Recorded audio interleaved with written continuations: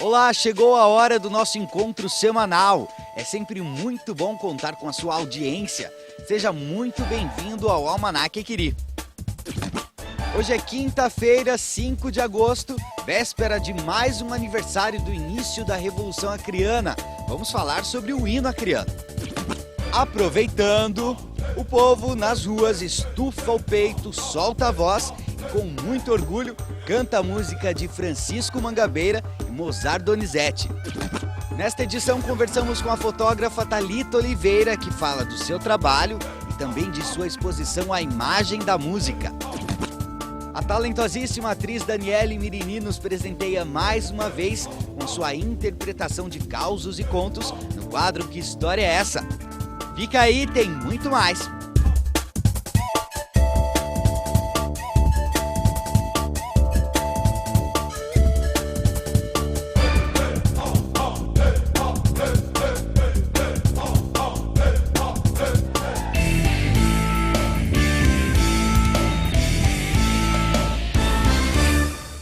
Es temprano para la fiesta. Não é festa, senhor intendente, é revolução. Com esta frase, começava a fase mais sangrenta e radical da longa Revolução Acreana, que neste 6 de agosto de 2010 completa 108 anos. Aqui no Almanac, para celebrar esta data, resolvemos falar de um patrimônio que está na ponta da língua de todo acreano, de nascença ou não. Que este sol a brilhar soberano, com vocês, o hino acreano.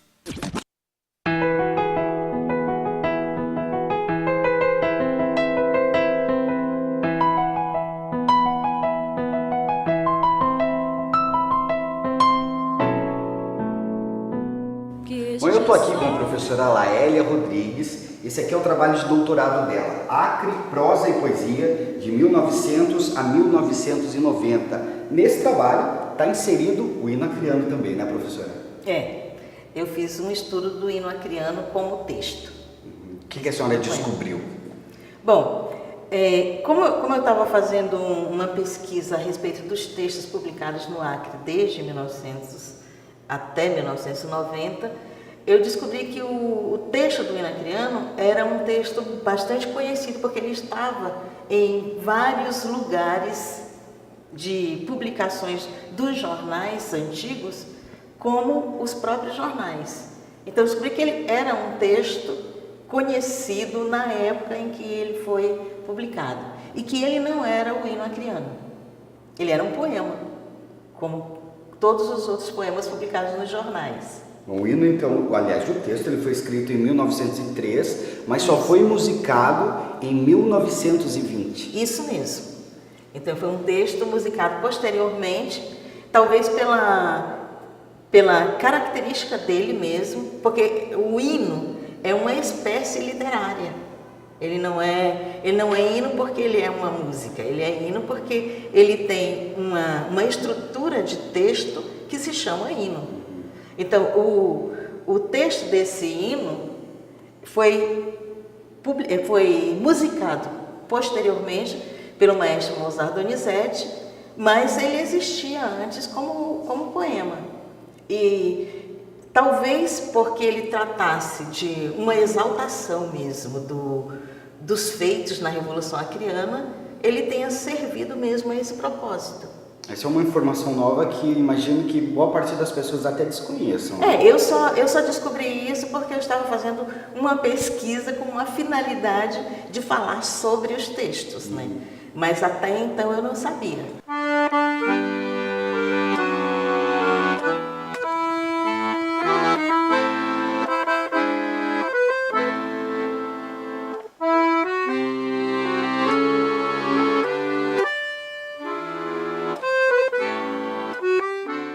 O texto é um texto escrito por um poeta simbolista. Francisco Mangabeira, quando veio para o Acre, ele já era um poeta, ele já tinha publicado um livro chamado Hostiário, lá na Bahia. E ele era um poeta conhecido lá na terra dele. E como todos os poetas simbolistas, ele tem como característica um trato muito severo mesmo, se pode dizer, com a língua portuguesa. Então, é um texto muito bem escrito, né? Utilizando uma linguagem poética muito apropriada ao tempo em que foi escrito e falando sobre, primeiro, como hino, ele serve aos propósitos o hino de um determinado lugar, porque primeiro ele fala do lugar, das belezas do lugar, depois ele fala dos feitos do povo do lugar, né? E como nós temos uma história heróica, um momento heróico na nossa história, então ele fala desse momento heróico, que é a conquista do Acre.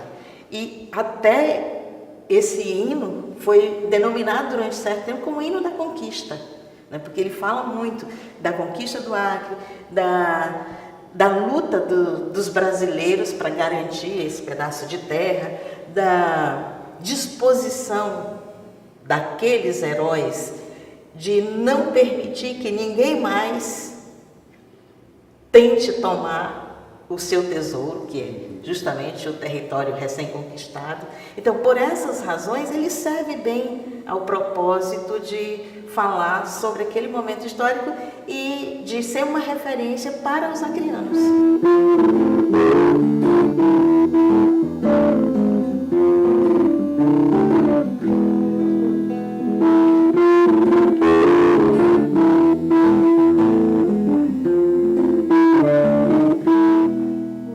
Você sabia que muito antes do hino acreano como nós o conhecemos hoje, havia um outro hino, também escrito por Mozart Donizete e João Donizete, o hino à árvore? Bendita sejas tu, ó árvore gigante, de força generosa e bondade eficaz. Quem vai contar essa história pra gente é a professora Maria Raimunda, aqui da Escola Maria Angélica, no 2º distrito, aqui de Rio Branco, que sabe bem essa história. O hino à árvore é provavelmente uma primeira versão do hino acreano?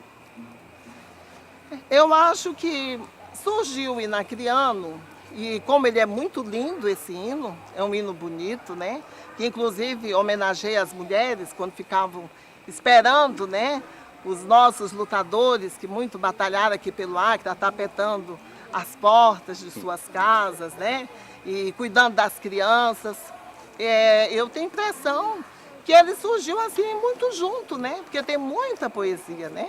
Como que a senhora descobriu esse hino aqui na escola? Eu descobri estudando, porque a escola vai completar 60 anos e desde que nós assumimos, a gente procurou trabalhar aqui em nosso colégio, buscando a identidade da escola. Como assim, as suas canções, o que é que as crianças gostavam de cantar naquela época, né? E aí nós descobrimos o hino à árvore, e depois eu percebi que toda a comunidade me perguntava por esse hino à árvore, né? Aquelas pessoas que passaram, que lutaram aqui na escola, que trabalhavam, dizia: Maria Raimunda, e o hino à árvore? Quando é que vocês vão cantar, né, o hino à árvore? Então é um hino muito histórico, um hino muito antigo, um hino muito lindo e cheio de amor. Eu acho esse hino muito interessante e ele é muito legal. Fala da natureza, fala das árvores, né? Fala dos frutos que a gente come, que produz aqui no Acre, né? Ele é curto, mas ele é muito sentimental, suave, né, com a natureza.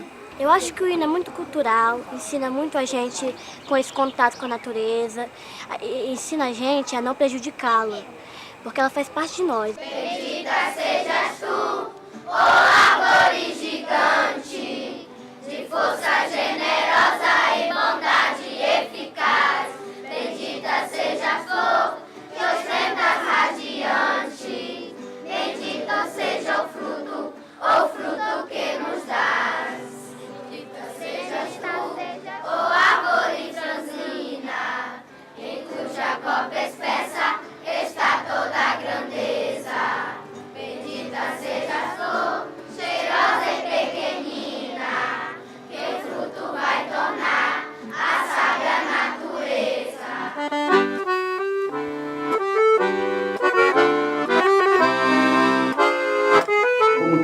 Fica decretado que esse texto, escrito por Francisco Mangabeira e depois musicado por Mozart Donizete, enfim, vai se tornar o hino acreano? Olha, eu não tive acesso a um documento oficial como um decreto, por exemplo. Eu imagino que um governador do território, mais ou menos de 1920 a 22, tenha feito algum ato dessa natureza. Mas eu não tive acesso a isso. Encontrei registro nos jornais a respeito do hino acreano, e era esse mesmo hino. Então, eu sei que a partir de 1920, ele já era considerado o hino acreano, por causa das informações que eu encontrei nos jornais. Agora, uma opinião pessoal. Por que a senhora acredita que o hino acreano consegue ter essa amplitude que ele tem no estado, né? E diferente de outros estados brasileiros, você chega no Acre, todo cidadão acreano, você não consegue cantar todo o hino, mas pelo menos sabe lá uma, duas estrofes. Por que a senhora acredita que o acreano tem toda essa paixão e consegue cantar o hino? Bom, aí já é uma suposição, né? Mas Pessoal, pensando no texto, esse texto é um texto muito bem cadenciado, então ele é fácil de cantar. Ele tem uma música muito acelerada em termos de musicalidade, quer dizer, e representa um ato heróico. Então, na parte temática mesmo do texto, ele diz que nós somos heróis. Então, quem é que não gosta de ser herói? Então, os acreanos assumem essa posição que está colocada no texto, como se fosse ele, o leitor do texto, é o herói de que o texto está falando. Então, isso dá uma certa felicidade, né? Então, eu acho que isso contribui. Que dá glória à divina montanha, tem no cimo arrebol do porvir, fuge um astro na nossa bandeira, que foi tinto no sangue de heróis,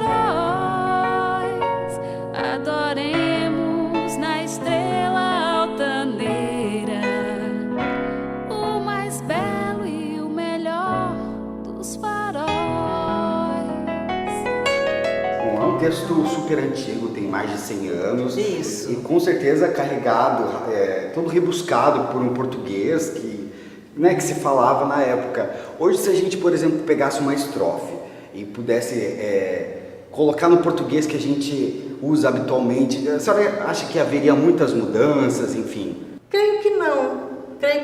Acho que ele apesar de ser um texto feito num registro padrão da língua, ele não tem muitas palavras como o lábaro estrelado do hino nacional, né?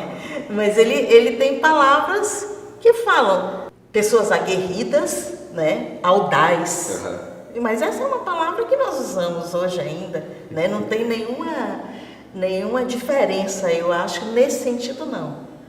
Mas é um texto muito bem escrito. Liberdade é o querido tesouro que depois no lutar nos seduz.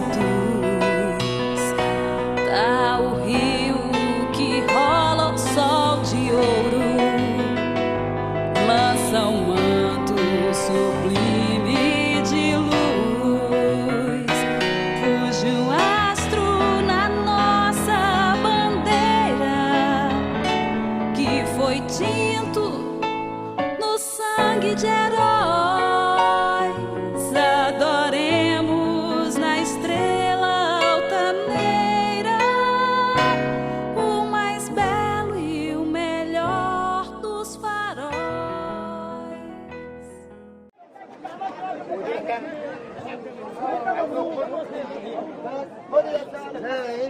Este sol a brilhar soberano, sobre as matas que vem com amor, enche o peito de cada criano de nobreza, constância e valor.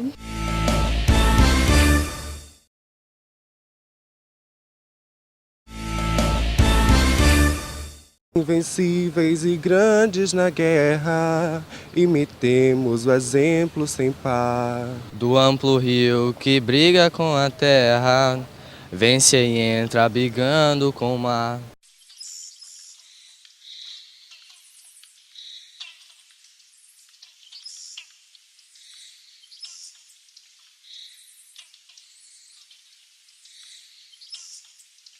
Em grego, foto significa luz e grafia significa escrita.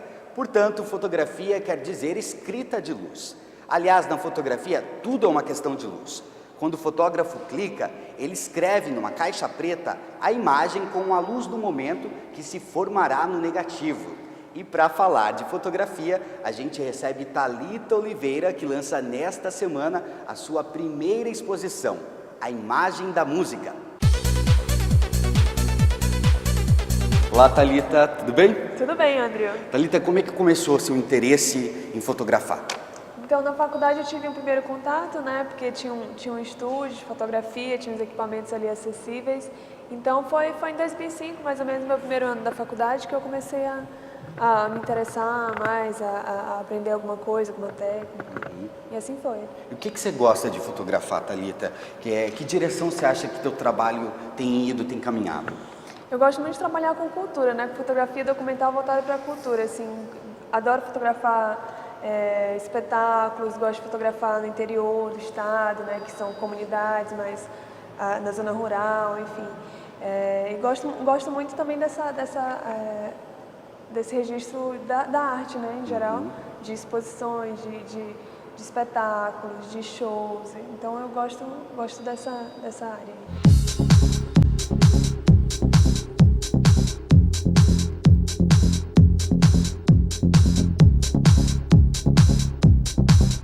Bom, no começo do ano você esteve na Itália, até por conta das suas fotografias, né? Como é que aconteceu essa história? Então, no ano passado, teve uma curadora de São Paulo que estava fazendo uma busca de fazer uma mostra com 10 fotógrafos brasileiros. Então, ela começou a buscar na internet, né, um material que se encaixasse no perfil da exposição que ela estava propondo. E aí ela viu algumas fotos minhas que ela se interessou, inclusive as do Diego também, né, que também é outro fotógrafo daqui. E aí ela viu esse material, entrou em contato comigo e também com o Diego e fez o convite para a gente fazer essa exposição lá em Nápoles, na Itália. E aí assim a gente aceitou e fomos, né? Bom, Thalita, a gente está aqui na Galeria Juvenal Antunes, ainda não está tudo pronto, mas quando o programa for ao ar, a exposição já vai estar acontecendo, né? Por que você escolheu esse tema logo para a sua primeira exposição, A Imagem da Música? O que ela quer dizer? Então, é porque há 4 anos, desde quando o meu início com fotografia se deu também com o início do meu registro de fotos de shows, né? As fotografias que eu fiz nos shows foi como um exercício do meu início com fotografia, né? Foi ali que eu estava começando a mexer com a câmera, né? E, enfim, assim, ao longo desses 4 anos, né, que foi 2005 até hoje, 2005, 2006, eu venho fotografando, assim, muitos shows, muitos eventos que tem música, né? Então, eu tinha um material, me dei conta que eu tinha um material, assim, gigantesco, né, de acervo de bandas daqui. Então, aí eu pensei em fazer alguma coisa com esse acervo, além de só estar lá no meu Flickr, né, só estar lá na internet.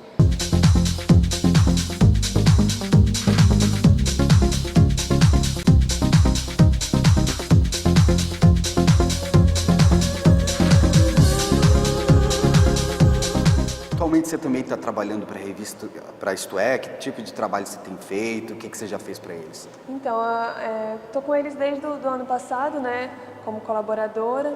Estou cumprindo algumas pautas, né, que eles me dão. A última foi até um jornalista deles vieram de fora, que era uma edição especial, uma matéria que foi 5 páginas, uma coisa mais extensa. E aí um jornalista passou uma semana aqui e eu cobri essa pauta, né, que era sobre a biografia da Marina Silva. E aí eu tenho feito esse trabalho editorial com eles, né. Bom, Thalita, como é que tem sido, como que é para você essas diferentes áreas de fotografar, né? Você já fez ensaios para pessoas que, enfim, te encomendam, agora para Isto É, depois reportagens investigativas, shows, né? Fotografias de cultura. Como que você vê toda essa distinção entre todos esses universos? Como que é o seu olhar na hora de atuar em cada uma dessas áreas? Então, eu assim, tudo que eu faço, tudo que eu ando fazendo no momento é porque eu gosto muito, né? Me interessa essas várias áreas. Eu procuro, assim, ter o máximo, que eu acho que o que em comum tem em todas elas é que você tem que ter o máximo de atenção, de sensibilidade, né? De originalidade no olhar, né? Então, acho que, assim, isso perpassa por todas essas áreas que eu fotografo, né? E eu acho que o principal é isso, né? Você fazer tudo que eu faço no momento eu gosto muito e buscar sempre excelência, né? Sempre tratar cada trabalho com muita sensibilidade, com muito carinho, com atenção, né? Para que fique o melhor possível. Thalita, muito obrigado, sucesso na exposição. Convido o público do Almanac para vir aqui, para poder apreciar teu trabalho. Então, quero convidar todo mundo para a exposição Imagem da Música, que está rolando aqui na Galeria Juvenal Antunes. A exposição fica até o dia 20 de agosto, aberto para visitação de segunda a segunda, né? Aos sábados, domingos e feriados ela abre das 4 às 20 e nos dias normais, de segunda a sexta, abre de 8 às 20. Então, quero convidar todo mundo para estar vendo as fotos e ouvindo a música criando. Né? Thalita, teu trabalho também está no Flickr, né? Você quer dar o endereço para quem está em casa também acessar lá, poder ver um pouquinho dele? Sim, além das fotos de shows, né, tem dos outros trabalhos que eu faço e o endereço é www.flickr.com/Thalita Oliveira. Ok, valeu, muito obrigado. Obrigada.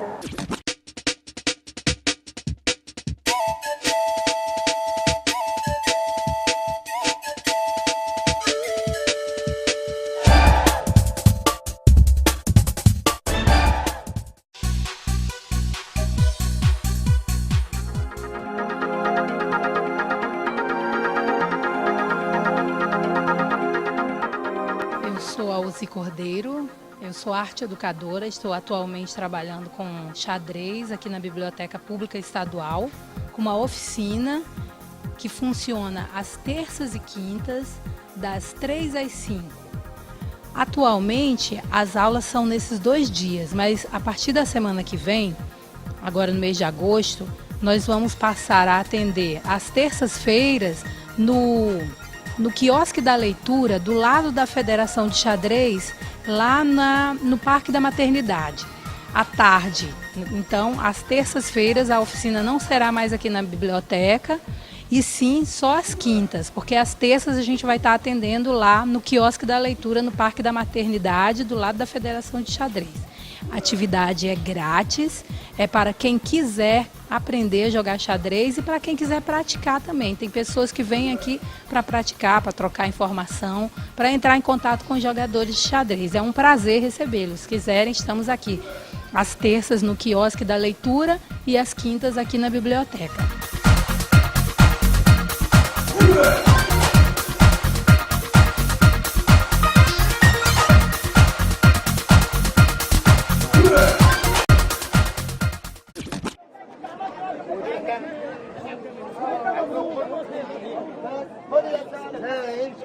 Fuge um astro na nossa bandeira, que foi tinto no sangue de heróis. Adoramos a estrela altaneira, o mais belo e o melhor dos faróis.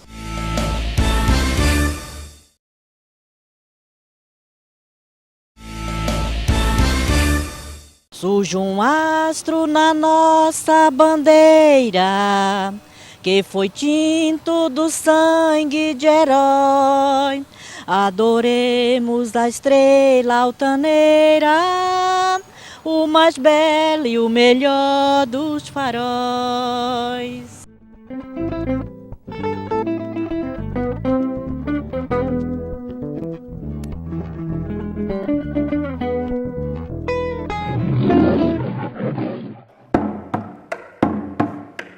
No tempo em que as estradas eram poucas no sertão, tangerinos e boiadas cruzavam a região, entre volante e cangaço. Quando a lei era do braço do jagunço, pau-mandado do coroné invasor, dava-se no interior esse caso inusitado. Quando Palmeira das Antas pertencia ao capitão Justino Pedro da Cruz, mas nunca faltou diversão. Vaquejada, cantoria, procissão e romaria, sexta-feira da paixão. Na quinta-feira maior, Dona Maria das Dores, ao lado do capitão, reunia reuniu os moradores, fazia uma pré-seleção de atores e de atrizes. Todo ano era um Jesus, um Caifás e um Pilatos. Só não mudavam as cruzes, os verdugos e os maus tratos. O Cristo daquele ano foi Quincas Beija-Flor, Caifás foi Cipriano e Pilatos foi Nicanor. 2 cordas paralelas separavam a multidão, para que pudesse entre elas caminhar a procissão. Quincas, conduzindo a cruz, não foi advertia um centurião perverso que com força lhe batia. Oxe, era pra bater maneiro.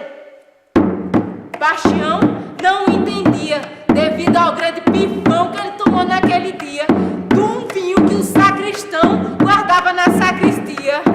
Cristo dizia: "Ô rapaz, vê se bate devagar, homem.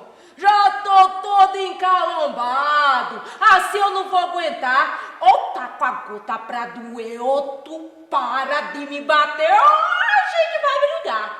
Jogo já essa cruz no chão, tô ficando aperreado. Vou morrer antes da hora de ser crucificado?"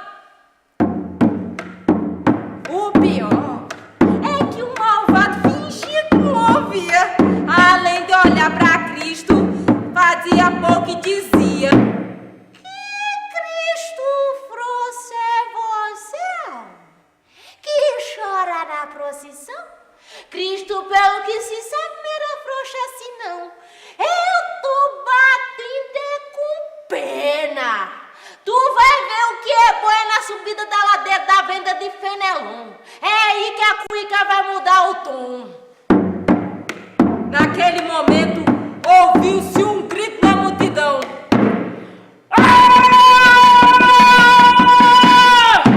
era Quincas, que com raiva sacudiu a cruz no chão e foi feito um maluco pra cima de Bastião.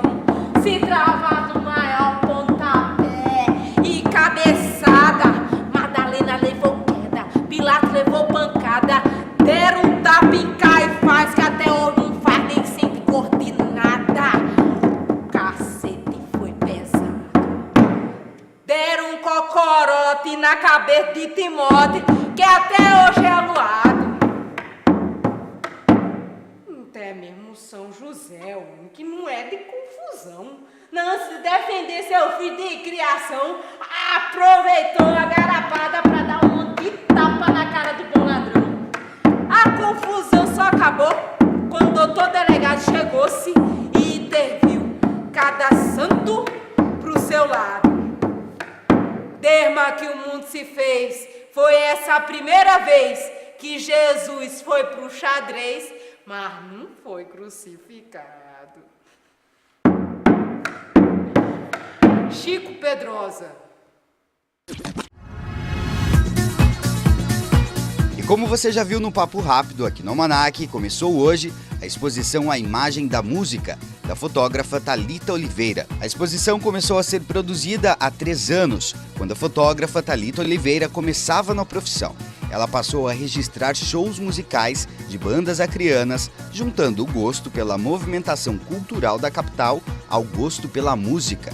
Conseguiu, assim, um grande acervo fotográfico musical de Rio Branco.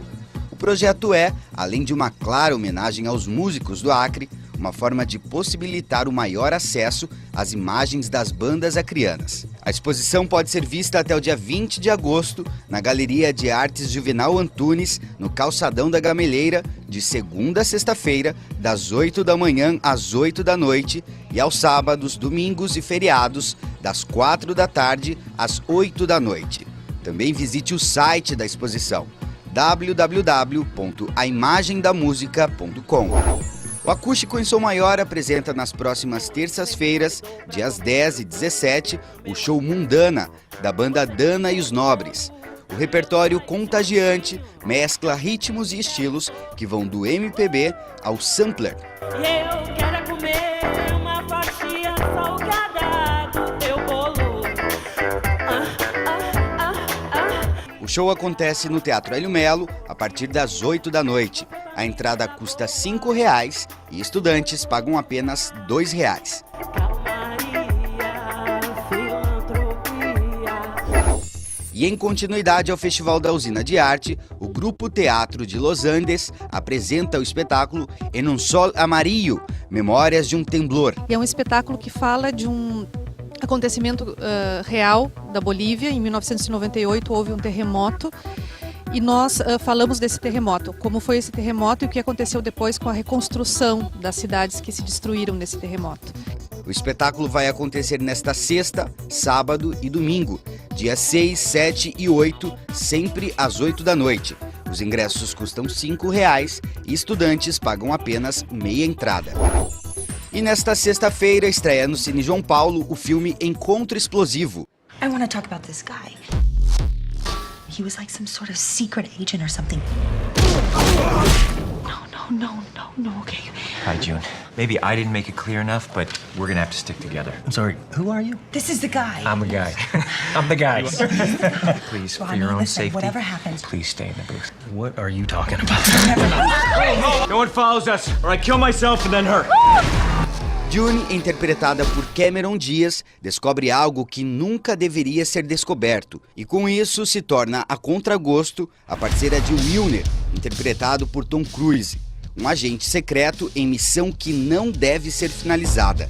A aventura ao redor do mundo irrompe em um labirinto de falsas identidades, alucinantes perseguições e incríveis fugas até a dupla perceber que só pode confiar um no outro. On three. Ready?